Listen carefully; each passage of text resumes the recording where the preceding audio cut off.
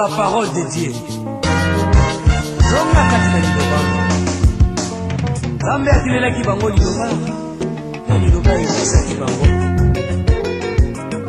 Luc 15, 17 à 18. Go. Merci beaucoup bandeko balingami. Zambe na mawa, zambe na bolingo. Apambola bino. Zambe na bolingo apambolama. Mokonzi ya tango pe ya biloko apambola bino. Lelo eza oyo ya bino ya mikolo nyonso oyo bomesana na ye. Pasteur Placide Louflobo ya église Cité Bethel na assemblée locale ya Barumbu Kongolo. Comme je l'ai toujours dit, iso tobotami na libumu ya apôtre Emmanuel Mbiyulaya. Lelo yo uzana bokambami ya la réserve de l'Éternel, pasteur Moïse Mbiye. Que Dieu le bénisse. Que Dieu vous bénisse. Baïbolandaka biso pour s'abonner massivement à l'émission Todo Pesa Bino. Ozozongisa bana na Nzambe na molongo oyo ekosaleke batambola alima na musalo tozosalela nzambe. Lelo toye na mama ya likambo ya sika ya bien. Mama ya likambo oyo toza nango na monoko ya poto balobi: suis-je digne d'être appelé enfant de Dieu? Est-ce que ya solo nakoki kobengama mwana na Nzambe? Mwana na Nzambe azali kolakisa, azali kotraduire, azali komettre libanda, azali kolakisa etambuseli na ye, azali kolakisa habitude na ye, comportement na ye. Il faut être tablé sur son maître. Et notre maître, c'est Jésus-Christ, l'homme de Galilée. La Bible dit: soyez les imitateurs. Les imitateurs de qui? De Jésus-Christ. Puisque Christ a manifesté son amour envers l'humanité. Il s'est donné lui-même comme un sacrifice et une offrande de bonne odeur, en acceptant, bien qu'il n'ait fait aucun péché, la mort de la honte, la mort de la croix, pour que Yonangai tobenga mabana na Nzambe. Ndeko nangai mwana na Nzambe, solo nini yo bimisaka na malobi maka na munoko na yo? Solo nini yo bimisaka na comportement na yo? Solo nini yo bimisaka en tant que mwana na Nzambe? Tu n'es pas différent des païens. Okesenite na bapakano. Bato yo bayebi Nzambe te. Oza différent na bango te. Mais mikolo nyonso oza na kati na église, foulard na mutu. Yo mwana na Nzambe, tala basuki na yo etelemi ya munaza, basuki ya moko moko. Mwana na Nzambe akanga suki lokola mwasi. Babenga yo mwana na Nzambe. Bien-aimé, na bondeli yo na mawa na Nzambe. La Bible dit, dans Mukanda ya Galates chapitre 5 verset 16 à 25, l'apôtre Paul nous exhorte à nos saints de Bisototambola, non selon la chair, mais selon l'esprit. Mukanda wa yetindi bisoto tonso temo tokotanga na Éphésiens avant tokende na Galates totanga Éphésiens chapitre 5 verset 1 à 5. Bible lobini. Devenez donc les imitateurs de Dieu comme des enfants bien-aimés et marcher dans la charité à l'exemple de Christ qui nous a aimés et qui s'est livré lui-même à Dieu pour nous comme une offrande et un sacrifice de bonne odeur. Quelle impudicité, aucune espèce d'impureté, et que la cupidité ne soit pas même nommée parmi vous, ainsi qu'il convient à des saints. Qu'on n'entende ni paroles déshonnêtes, ni propos insensés, ni plaisanteries, choses qui sont contraires à la bienséance. Qu'on entend plutôt des actions de grâce. Car, sachez-le bien, aucun impudique ou impur, ou cupide, c'est-à-dire idolâtre, n'a d'héritage dans le royaume de Christ et de Dieu. Solo nini obi misaka. Oyoki apôtre Paul azolobani.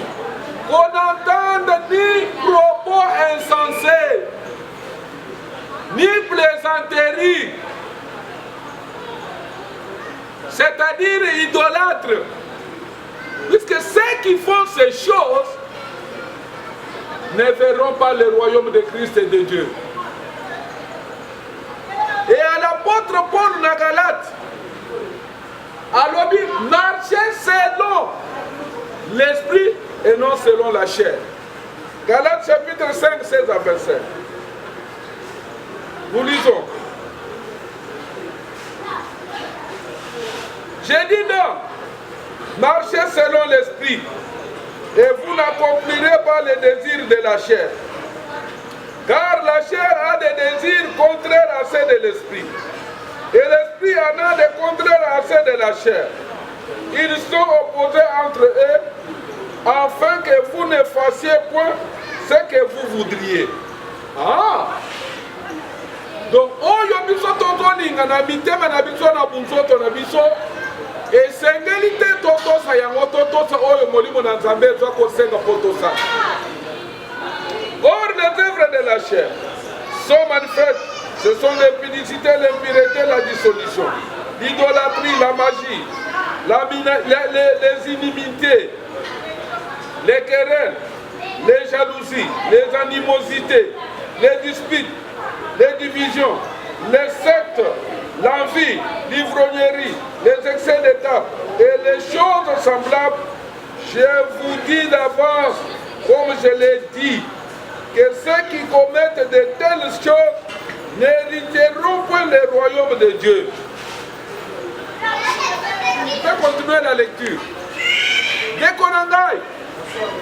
Est-ce qu'il y a tout le qui La plupart des enfants de Dieu marchent selon leur esprit, selon les désirs de la chair. Les chrétiens n'attestent pas leur comportement vis-à-vis de la parole de Dieu. Bana na Nzambe belé, tochi kotanga mugana na Nzambe. Bizaleli na bango, efandeli na bango, maloba na bango, ezali kolakisa bon Nzambe te. Ezala na église, ezala na famille, ezala na quartier, koma yo ozali mokilisto. Odana nu na temps ya koswanisa batu, ya kofinga batu.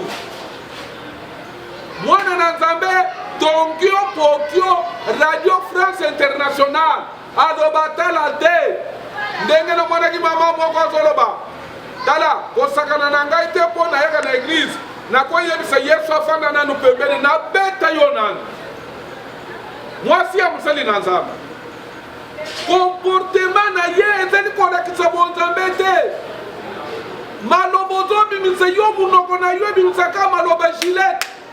Yo ozali madame, mais c'est Gillette. Ozali ko blessé batu.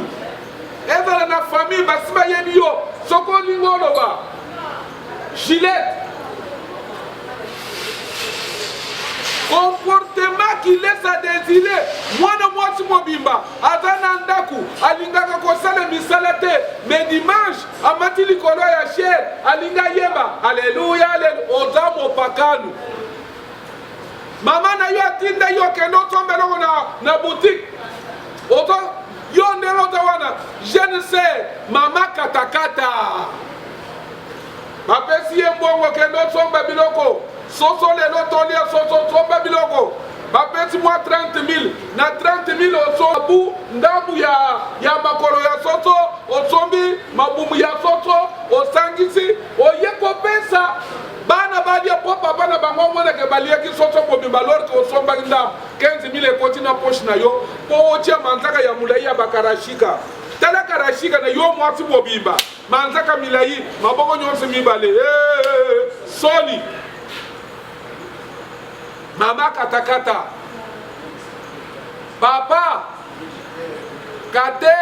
kater oyebi papa kater atangelaka mbongo na dushe na wese montant bafutaka ye eyebanaka te papa mobimba azali na bonzambe kati na ye te mwasi na ye ayebaka salaire te ye bapesaka kaka ndambu ya mbongo zuwa mwasi aloba obimi foreman obanda kobete nakobeta yo munoko kaka kobeta yo ntango yo oza wana nani abetaka yo bonzambe kati na yo eza te marcher selon l'esprit yo papa mobimba oyokaka conseil te oyokelaka bana na yo te oyokelaka mwasi na yo te tu es monsieur je connais tout.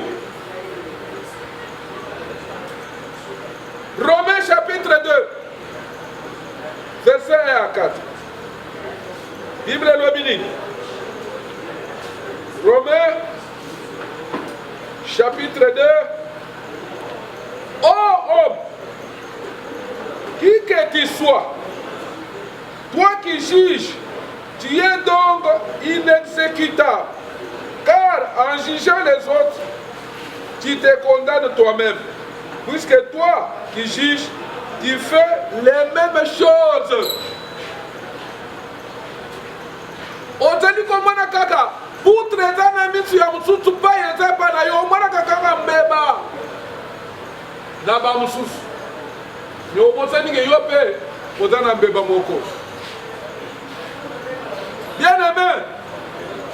Bible nous dit, nous savons en effet que le jugement de Dieu contre ceux qui commettent de telles choses est selon la vérité. Et penses-tu, ô homme, qui juge ceux qui commettent de telles choses et qui le fait que tu échapperas au jugement de Dieu? Ou méprises-tu les richesses de sa bonté, de sa patience et de sa longévité? Ne reconnais pas que la bonté de Dieu te pousse à la repentance. Papa, bongolo motema na yo zongela liloba nansa. Yo Saint-Esprit, yo de otambla kalima. Tu seras jugé, toi qui juges les autres. Bible nous dit, tu as le comportement na yo meka ko changer mon bouquet. Ça le moi na Nzambe. Ozali kusali na Nzambe. To sali loba na Nzambe, salele liloba na Nzambe. Sala ya Nzambe.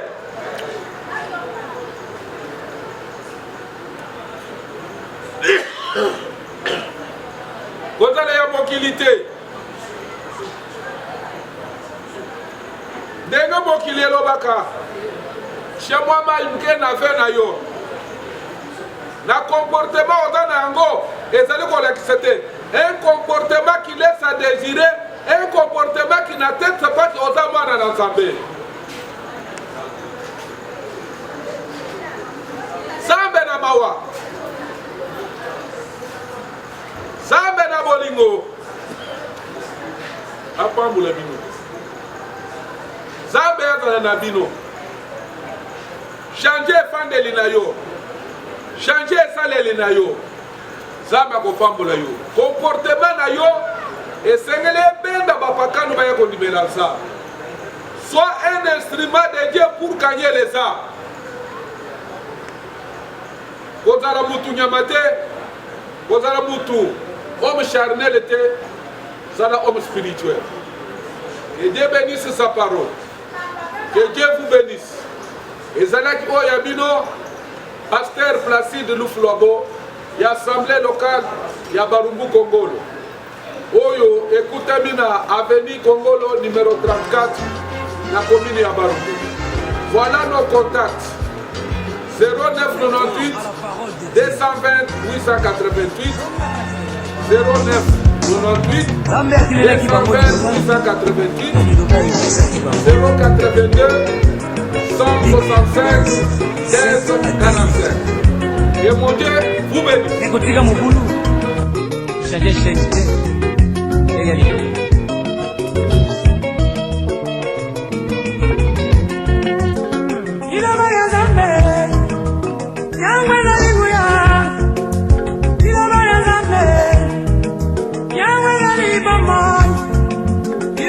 Zambé.